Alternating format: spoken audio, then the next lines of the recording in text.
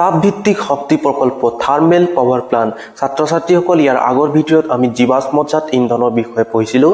জীৱাশ্মজাত ইন্ধন হ'ল এক প্ৰকাৰৰ পৰম্পৰাগত শক্তিৰ উৎস আৰু আজি আমি পঢ়িম তাপভিত্তিক শক্তি প্ৰকল্প।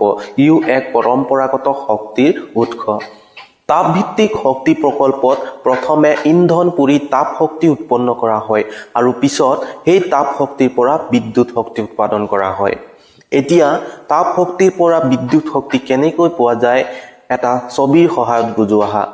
শক্তি কেন্দ্ৰসমূহত প্ৰথমতে বৃহৎ পৰিমাণৰ জীৱাশ্ম ইন্ধন পুৰি পানী উতলাই বাষ্প কৰা হয়। এই উত্তপ্ত বাষ্পই টাৰবাইন ঘূৰাত সহায় কৰে। টাৰবাইন হ'ল এটা পাংখা সদৃশ যন্ত্ৰ। তাৰ মানে ইয়াত ঘূৰ্ণন পাখি থাকে আৰু এই টাৰবাইনটো ডাইনামো নামৰ যন্ত্ৰ এটাৰ লগত সংযোগ হৈ থাকে। ডাইনামো হ'ল যান্ত্ৰিক শক্তিক বিদ্যুৎ শক্তিলৈ ৰূপান্তৰ কৰা এক যন্ত্ৰ। ডাইনামোৰ সলনি জেনেৰেটৰৰ লগতো সংযোগ কৰিব পাৰি। জেনেৰেটৰো ঠিক একেই যান্ত্ৰিক শক্তিক বিদ্যুৎ শক্তিলৈ ৰূপান্তৰ কৰে। এতিয়া গৰম বাষ্পৰ চাপ পাই টাৰবাইনটো তীব্ৰ বেগেৰে ঘূৰিবলৈ আৰম্ভ কৰিব আৰু টাৰবাইনটো যিমানে ঘূৰে ডাইনামোত থকা ধোঁৰাডালো ঘূৰে আৰু বিদ্যুৎ শক্তিৰ উৎপন্ন হয়। এনেদৰে তাপ শক্তিৰ পৰা বিদ্যুৎ শক্তি উৎপন্ন হয়। এতিয়া এটা কথা যে এনেদৰে তাপ শক্তিৰ পৰা বিদ্যুৎ শক্তি আহৰণ কৰিবলৈ যথেষ্ট পৰিমাণৰ জীৱাশ্ম ইন্ধনৰ দৰকাৰ হয়। জীৱাশ্ম ইন্ধন মানে হ'ল কয়লা বা পেট্ৰলিয়াম আদিৰ দৰকাৰ হয়। সেয়েহে তাপভিত্তিক প্ৰকল্পসমূহ কয়লা খনি বা তেলৰ কূপৰ ওচৰত গঢ় লৈ উঠে। এতিয়া আহি গ'ল জলশক্তি প্ৰকল্প হাইড্ৰ পাৱাৰ প্লান্ট। জলশক্তি প্ৰকল্পও এক প্ৰকাৰৰ পৰম্পৰাগত শক্তিৰ উৎস। জলশক্তি প্ৰকল্পত অধোগামী পানীৰ স্থিতি শক্তিক বৈদ্যুতিক শক্তিলৈ ৰূপান্তৰ কৰা হয়। অধোগামী মানে ওপৰৰ পৰা নামনিলৈ বৈ অহা পানীৰ সোঁত। ভাৰতবৰ্ষৰ শক্তিৰ চাহিদাৰ 1/4 এই জলশক্তি প্ৰকল্পই পূৰণ কৰে। অধোগামী পানীৰ স্থিতি শক্তিৰ পৰা কেনেদৰে বিদ্যুৎ শক্তি পোৱা যায় এটি চিত্ৰৰ সহায়ত বুজোৱা।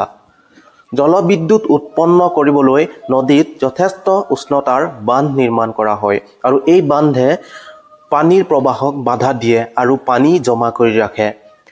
ইয়াত পানীৰ গতি শক্তি স্থিতি শক্তিলৈ ৰূপান্তৰিত হয় আৰু বান্ধটোত এনেদৰে এটা গেট নিৰ্মাণ কৰা হয় যাক স্লুইচ গেট বুলি কোৱা হয় আৰু ওপৰৰ স্তৰত থকা পানীবোৰ পাইপৰ যোগেদি তাৰ নামনিত থকা টাৰবাইনলৈ অনা হয়।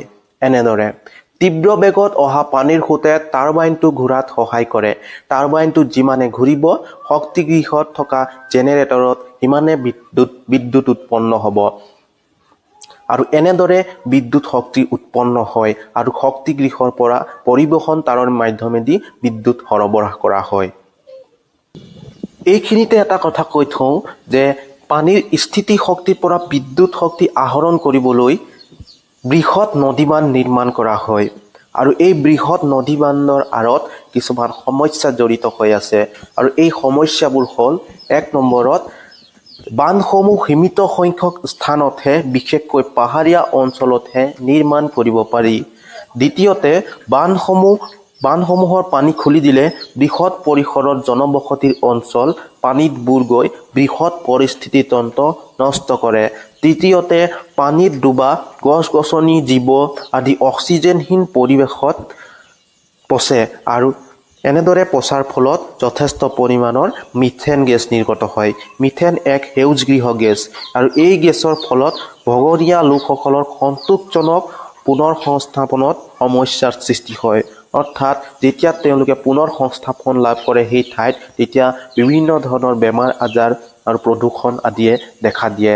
ছাত্ৰ-ছাত্ৰীসকল আজিৰ ভিডিঅ'টো ইমানতে সমাপ্ত কৰিছোঁ আৰু ইয়াৰ পিছত আমি আলোচনা কৰিম অপৰম্পৰাগত বা বিকল্প শক্তিৰ উৎস। পৰৱৰ্তী ভিডিঅ'ত সেইটো আলোচনা কৰিম। আজিলৈ ধন্যবাদ।